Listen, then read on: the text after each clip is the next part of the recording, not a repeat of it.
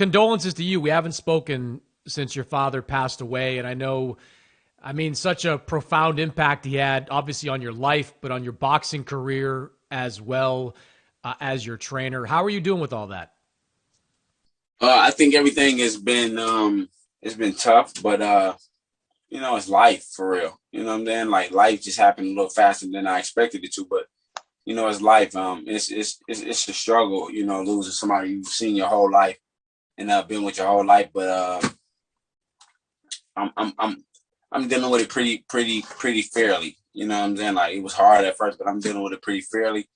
And his legacy continues, and I understand how to make it continue, and not disappoint him in the ways that I know I could disappoint him in. And fighting is one of the ways where we kind of came together, and we kind of understood each other in a different kind of language, and I'm gonna continue to do that for him. You mentioned Brian Perella. That's your next opponent. It'll be your first fight since December of 2019 when you lost your titles to Jermell Charlo in the rematch. When you look back on that fight, and I was in California ringside for it, it was a competitive fight up until the 11th round when you got caught and you got stopped. What was your takeaway from that fight? My takeaway was not even in the fight. It's just before the fight. Just I can't. In this sport of boxing, they say it's very lonely, and one of my dad used to tell me that I never used to kind of understand like how is it lonely when I got y'all by my side. That one and when we all doing this stuff together, but lonely means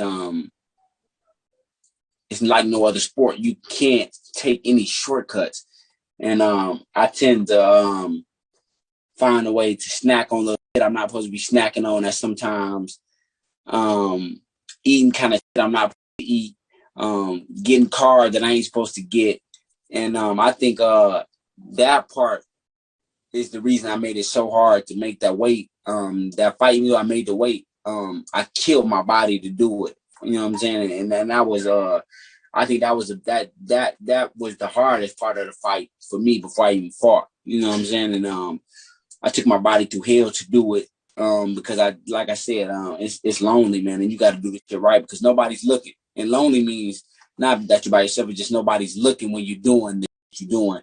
That could cost you your championship or your wins or your losses. Do you still feel like there's unfinished business though between you and Jermell Charlo? Is that rubber match still what you want the most?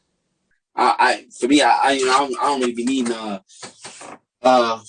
fight news or boxing hype to understand like I'm a fighter, I'm a competitor. You know what I'm saying? Like I never wanted to be a race. I beat you, you beat me, and we just call that quits. You know what I'm saying? Like I'm from Detroit. I'm a competitor, and that's what I love to compete, man. And to be at that level, to compete at that level for the kind of hatred that we got for each other, I don't understand why it wouldn't be a rubber match. And I wrote him on Instagram myself, and this was man to man. Even though he hate me and I hate him, I told him congratulations for unifying. But I need my third match. And I said, I don't even give this for the belt. Like we can meet at a catchweight, but I don't want to retire out this sport of boxing and say me and Jermell Charlo is 1-on-1. Like that's not what I want. You know what I'm saying? I always want to break that. And I think it'd be great for the sport. He know it'd be great for the sport. He know that the fans want to see that again. Thanks for watching this video. Please do subscribe All Media New York.